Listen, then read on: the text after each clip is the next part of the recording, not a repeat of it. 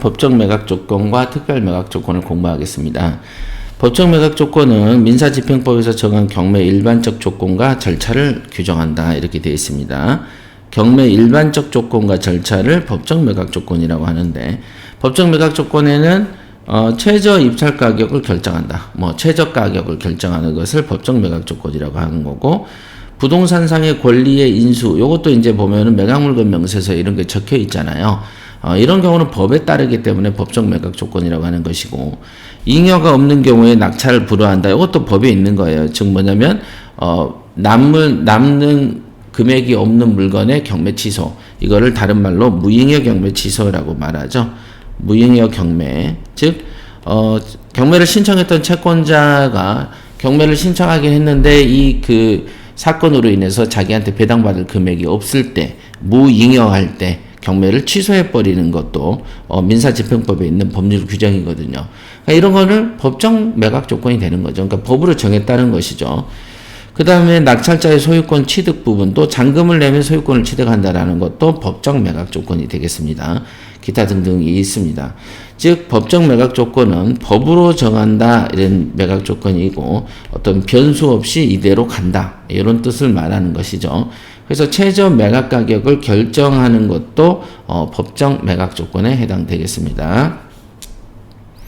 그러면 특별 매각 조건은 어떤 게 있느냐? 특별히 정한다. 특별히 정한다. 특별 매각 조건. 특별 매각 조건은 법원이 경매 부동산을 매각하여 소유권을 낙찰자에게 인수시키는 조건인데요. 다시 말하면 경매의 성립과 효력에 관한 조건이고, 매각 조건은 법정 매각 조건과 특별 매각 조건이 있는데, 특별 매각 조건은 각계의 경매 절차에 있어서 특별히 정한 조건을 말한다. 즉 뭐냐? 법정 매각 조건은 보편적으로 이 법에 따라서 이루어지는 모든 물건에 주어지는 적용되는 조건이 법정 매각 조건이라면, 특별 매각 조건은 어떤 물건 하나에 개별적으로 부여되는 조건이 특별 매각 조건이 되겠습니다. 어느 특정 경매 절차가 법정 매각 조건에 의해서 실시되는 경우에 경매 기일에 관계자에게 알릴 필요가 없으나, 특별 매각 조건은 반드시 집행관이 경매 기일에 고지해야 되고, 경락 허가 결정에 그 조건이 기재되어야 된다 이렇게 되어 있습니다.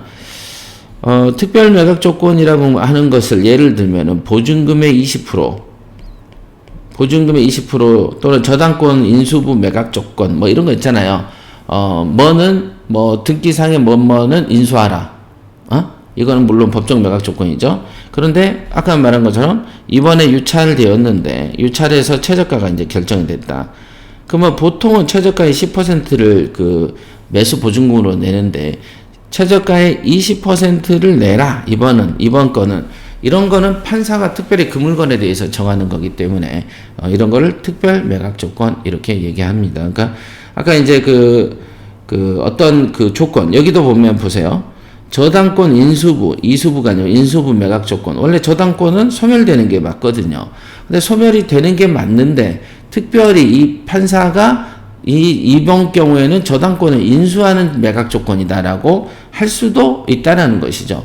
이제 그런 거를 특별 매각 조건이란다. 특별히 정한 거, 보편적이지 않는 거.